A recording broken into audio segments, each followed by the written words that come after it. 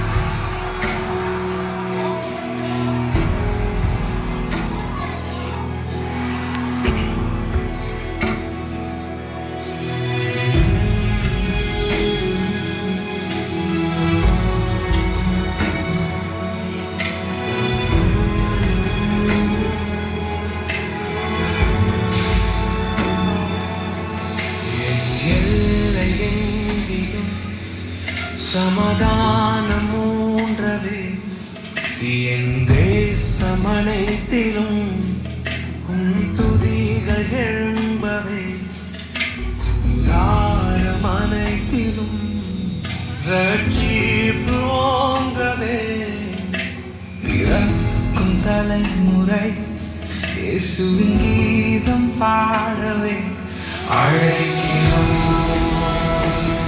எங்கள் தேசத்தில் இயேசு ராஜாவை நீர் அரசானோ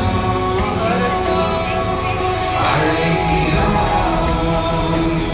எங்கள் தேசத்தில் இயேசு ராஜாவை நீர் அரசானோ எல்லையெங்கிலும் சமாதானம் மூன்றவே தேசமனைத்திலும் உன் துதிகள் எழும்பவே குடாரமனைத்திலும் ரட்சிப்போங்கவே இறக்கும் தலைமுறை இயேசுவின் கீதம் பாடவே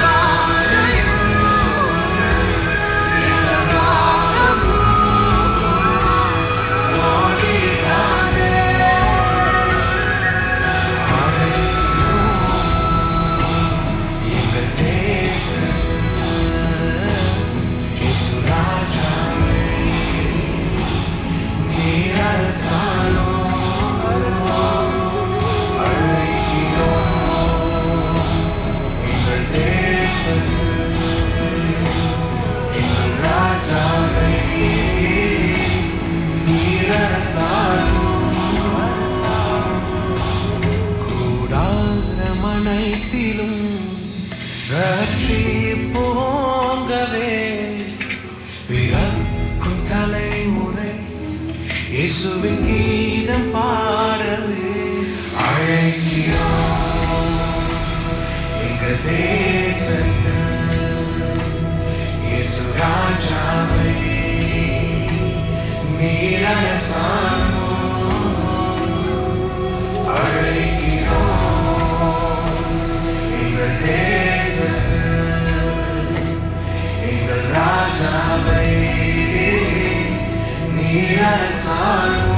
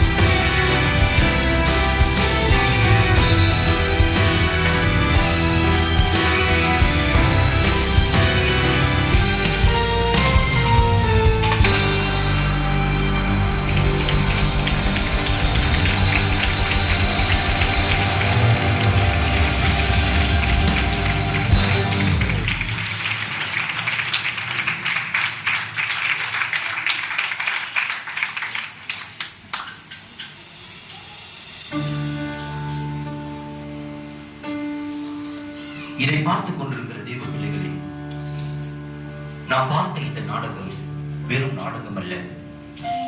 இது கடைசி காலங்களில் நடக்க போகிற உண்மையான சம்பவங்கள். இந்த நாட்களில் கூட அநேக நாடுகளில் கிறிஸ்தவர்கள் துன்பப்படுத்தப்படுகிறார்கள். சபைகள் துன்பப்படுத்தப்படுகின்றன. வேதம் கைப்பற்றப்படுகிற ஒரு சூழ்நிலை. இந்த நாள் இந்த சுதந்திர ஆராதனையில் நாம் கூடி வந்திருக்கிறோம். நாம் தேவனுக்கு நன்றி சொல்ல அநேக காரணங்கள் இருக்கலாம். அதில் முக்கிய ஒரு காரணத்திற்கு நாம் தேவனுக்கு நன்றி சொல்ல வேண்டும். அது என்னவென்று சொன்னால், பிரியமானவர்களே, இன்னும் இந்த மலேசியா தேசத்தில் தேவனை ஃப்ரீடமாய் நாம் ஆராதித்துக் கொண்டிருக்கிறோம். அந்த ஆராதிக்க அந்த கிருபையை நாம் பெற்றிருக்கிறோம். நாம் ஒன்று கூடி ஆராதிக்க, அவரை பாட, அவரை போற்ற, அவரை துதிக்க கேசர், church school, youth meeting, men's fellowship, women's fellowship, morning prayer, ஒவ்வொரு வாரம் ஆராதனை நேரங்கள், ஜெப நேரங்கள், இன்னும் அநேக காரியங்களில் பங்கு பெற தேவன் இன்னும் நமக்கு இந்த தேசத்தில் கிருபையை கொடுத்திருக்கிறார். இந்த கிருபை இருக்கும் போதே இதை விட்டு விடாதீர்கள் பிரியமானவர்களே. சபை கூடுதலை விட்டு விடாதீர்கள். அது மட்டுமல்ல, தேவன் நம்மை இந்த மலேசியா தேசம், இது பாலும் தேனும் ஓடுகிற இந்த மலேசியா தேசத்தை கர்த்தர் வைத்திருக்கிறார். இந்த நாட்டின் ரட்சிப்புக்காக யார் ஜெபிக்க கூடும்?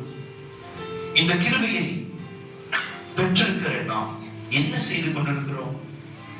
இது நாம் சிந்திக்க வேண்டிய நேரம். தேவனின் மீது பாலாய் கிடக்கிறது. நாமோ நமக்காய் நாம் வாழ்ந்து கொண்டிருக்கிறோமே. நாமோ நம்முடைய வேலைகளை நாம் செய்து கொண்டிருக்கிறோமே. யார் நம்முடைய தேசத்திற்காக ஜெபிக்க முடியும்? பிரியமானவர்கள், இந்த கடைசி காலங்களில் இப்படிப்பட்ட துன்புறுத்தலுக்கு இந்த நாட்டில் நாமும் அதை கடந்து போவதற்கு பல காரியங்கள் கண்டிப்பாய் நடப்பதற்கு உண்டு. நாம் நம் தேசத்திற்காக ஜெபிக்கிற கிறிஸ்தவர்களாய் மாறுவோம். அது கர்த்தர் நமக்கு கொடுத்த ஒரு பாரமாக இருக்கட்டும். கடைசியாக ஒரு காரியத்தை சொல்ல ஆசைப்படுகிறேன்.